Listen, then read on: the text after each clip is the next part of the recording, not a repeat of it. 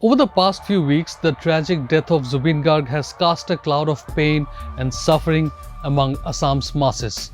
But in some parts of the state, there has been a different kind of suffering, which, if I may add, is much older.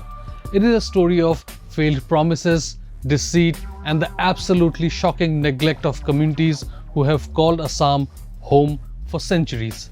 In this week's Decoded, we will talk about the 6 communities that continue to fight for ST status in Assam, the politics behind it, and why ignoring the issue could ring alarm bells come the election season. Pursuing for months. To a village of Assam In the 75th Independence Day,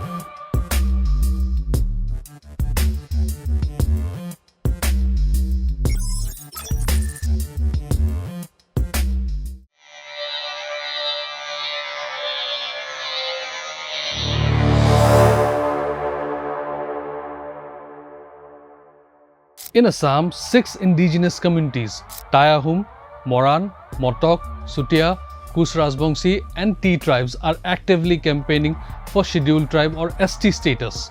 This demand, rooted in historical promises and long-standing socio-political considerations, has sparked widespread protests and intense political discourse across the state. We also saw several protests recently which attracted thousands of people across several districts of the state. For decades, these groups have argued that their unique cultural identities, traditional practices, and economic challenges warrant constitutional recognition under the scheduled tribe category, which would ensure them to access political, educational, and employment opportunities. The Tai Ahom community, with a population of about 3 million, has been one of the most vocal in this movement. Members of the community have organized large-scale protests in districts such as Dibrugarh and Sivsagar, urging the government to grant them ST status. They argue that inclusion would not only enhance educational and employment prospects but also help safeguard their heritage, which has been integral to Assam's history and identity. The Moran community, with around 3 lakh people concentrated mainly in Tinsukia district, has also intensified its campaign for ST status and 6th schedule autonomy. They have been holding torchlight rallies and public demonstrations to demand recognition and greater self-governance. Similarly, the Matak community, estimated at around 1.5 lakh people, is demanding inclusion in the ST list to preserve their distinct cultural identity and secure socio-economic benefits that would allow them to uplift their community through better access to education and state resources. The Chutia community, numbering about 2 lakh, is also pressing for scheduled tribe status. They contend that their historical marginalization has hindered their progress and that official recognition would promote social and economic development. The Koch Rajbongshi community, with a population of about 2.5 lakh, has been demanding ST status as well, though within their ranks. Some members have also advocated for scheduled caste status in neighboring regions, highlighting the complexity of their social categorization and struggle for justice.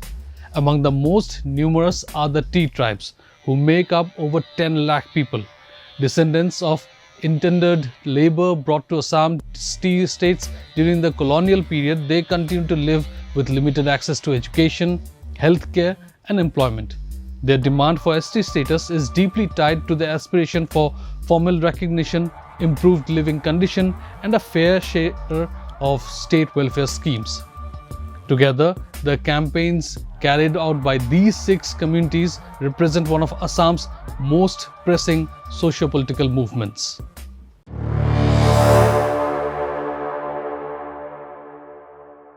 To be recognized as a scheduled tribe in India, a community must go through a multi-step process defined by the government. This process, known as the Modalities of Inclusion, was formalized in 1999 and involves several layers of scrutiny by different authorities before any final decision is made. The process begins with the respective state or union territory government. A proposal to include a community in the scheduled tribe list must originate from the state or territory where the community resides. Once the proposal is made, it is sent to the Union Ministry of Tribal Affairs.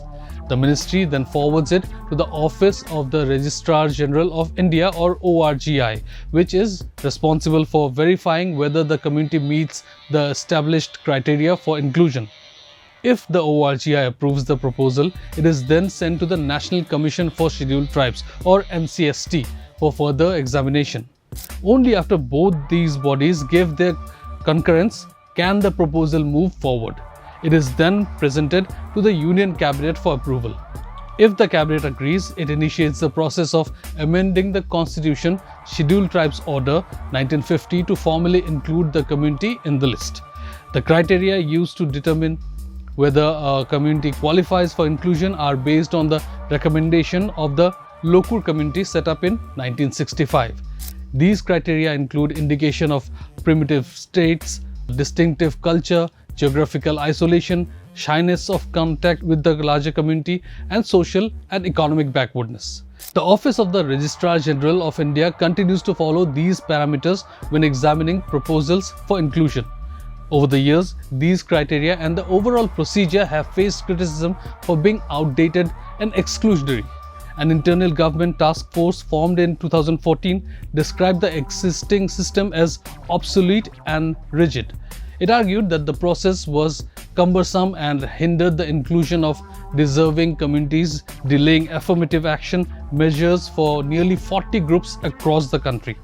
In response to this criticism, the first Narendra Modi-led government drafted a proposal in 2014 to revise both the criteria and the procedure.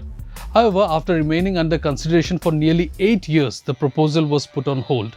What a surprise! And this brings to what has been happening in Assam over the past few months.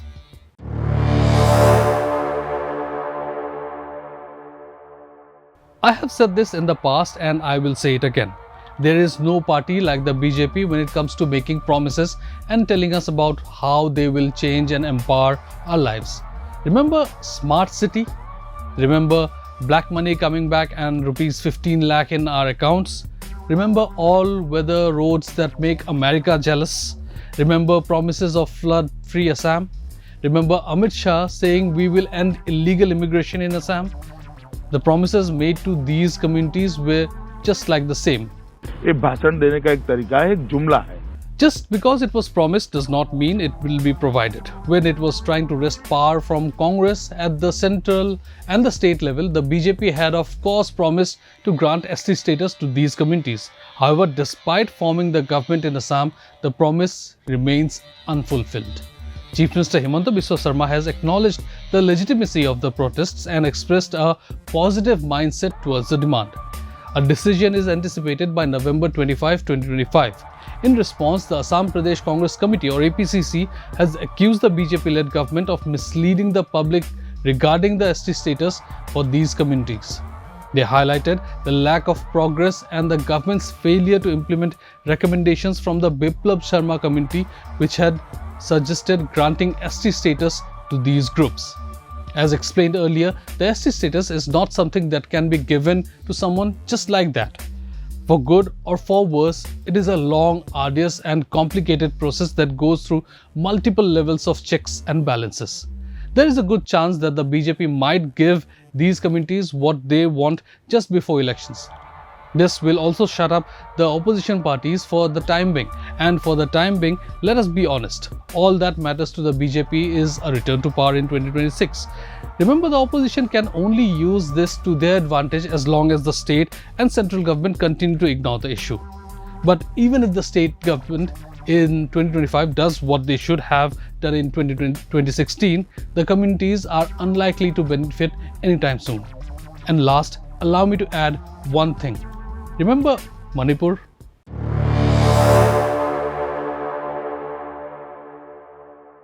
About 2 years ago, we made this video about Manipur and specifically about Meiteis as to why, if indigeneity is a factor in getting ST status, then Meiteis absolutely deserved it.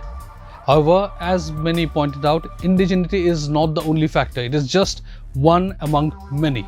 But what happened subsequently in Manipur has led to us forgetting how the violence began. In Assam, at least for now, there has not been much opposition to the demands made by these 6 tribes. For now. But on October 12, the All Assam Tribal Sangha or AATS has opposed the central government's proposal to grant scheduled tribe or ST status to 6 communities of Assam. The body warned that the move would harm the rights and identity of existing tribal groups in the state.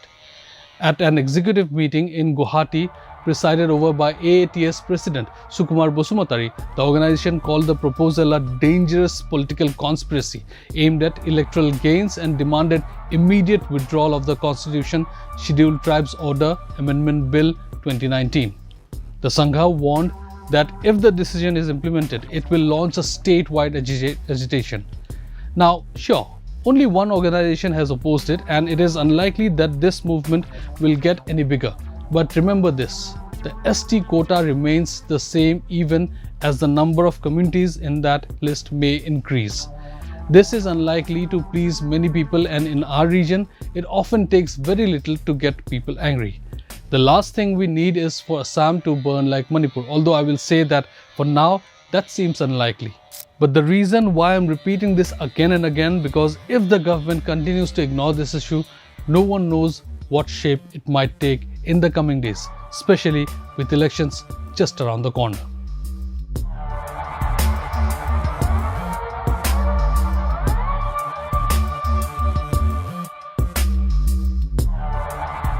Don't forget to like, share, and subscribe to EastMojo. For any queries, put them down in the comments section below and press on the bell icon for notifications.